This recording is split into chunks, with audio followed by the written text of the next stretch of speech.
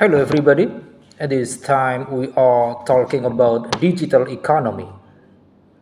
The digital economy is defined as the economy that comes from the digital transformation of economy, where traditional economic activities are converted into digital form, driven by the internet, electronic means, and data.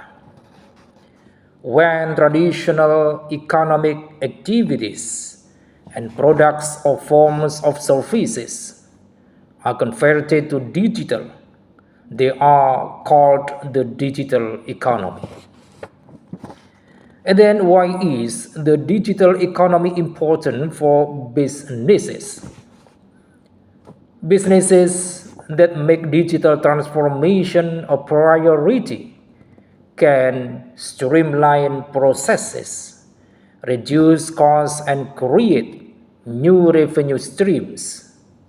But the digital economy is more than just using a computer to perform tasks traditionally done manually or on analog devices. It's about finding ways for organizations to make their systems and people work more effectively together.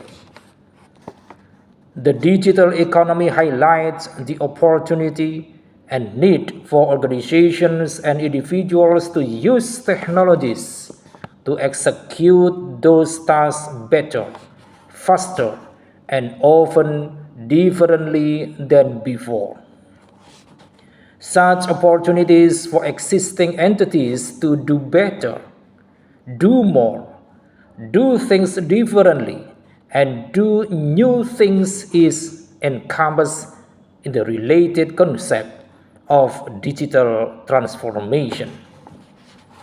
Numerous entrepreneurs seize on the technologies that fuel the digital economy to create new companies and new business models that couldn't have existed or existed at the size and scale they do today in past generations. And then we move to characteristics of digital economy. The first, knowledge base, driven by digital literacy and expertise. Second, globalization expands economic reach beyond geographic borders.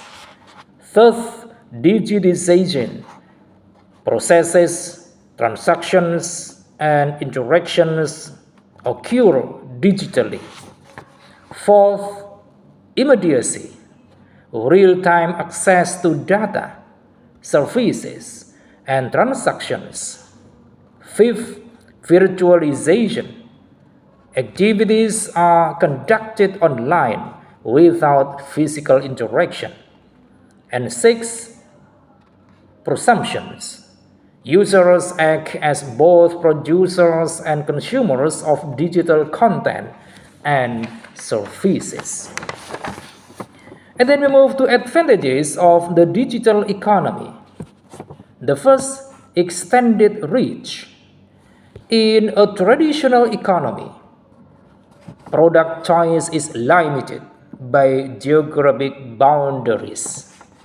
If someone wants a certain brand of jeans, for example, and it's not sold in their small town, they'll have to order by catalog or wait until they visit a city.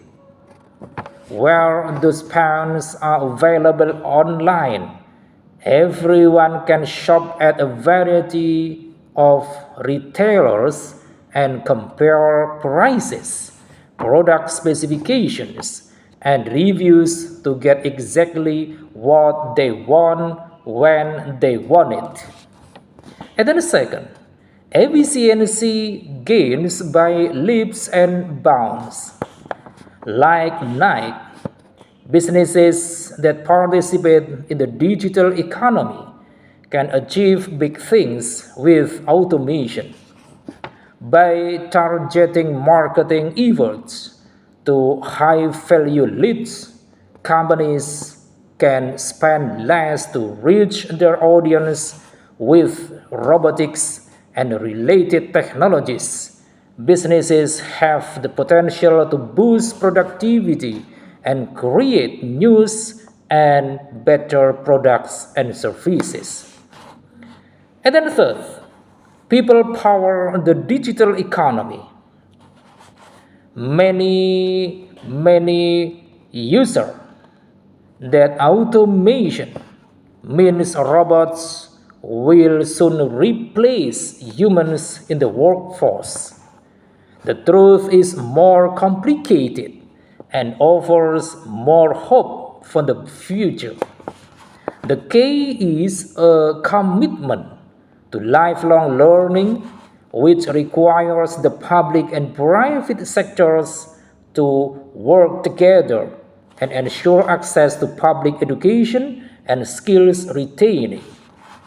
Much of the automation of the future may be driven by enterprising new businesses replacing or challenging established companies that find it harder to change. And then we move to key elements of a digital economy. Organizations who have undergone digital transformation and are e-commerce driven differ from traditional companies by relying on information technology to carry out economic activities and market their goods and services. This essentially gives them the ability to see into the future without the means to capture data and analyze it in real time. It's far more difficult for non-digital companies to identify who their customers are, what they bought, and when.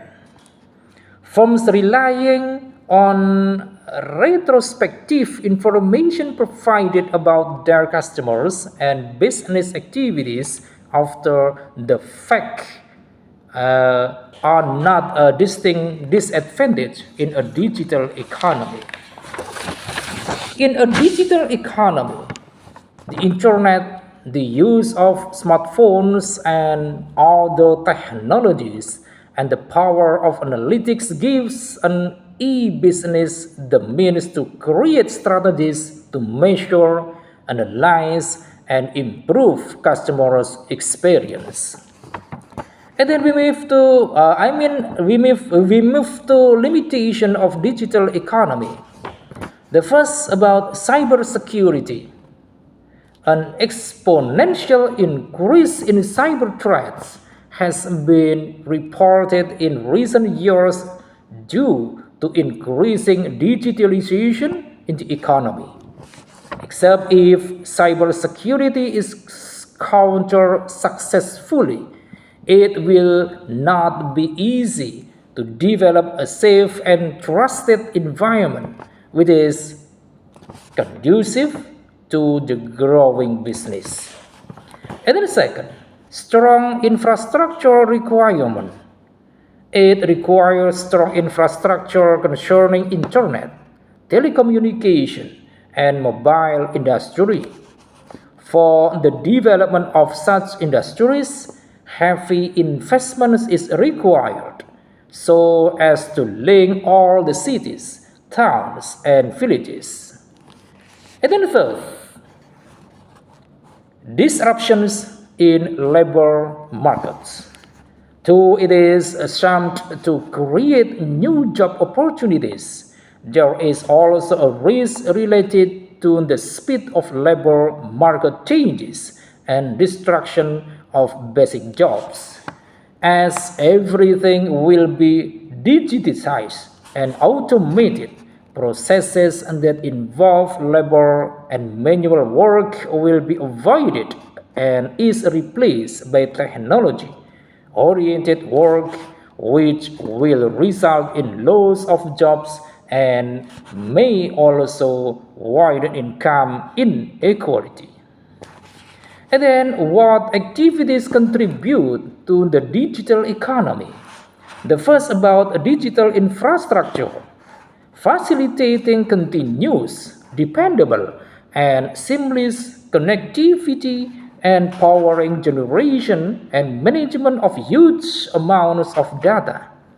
This can improve customers and staff satisfaction and improve profitability by increasing productivity.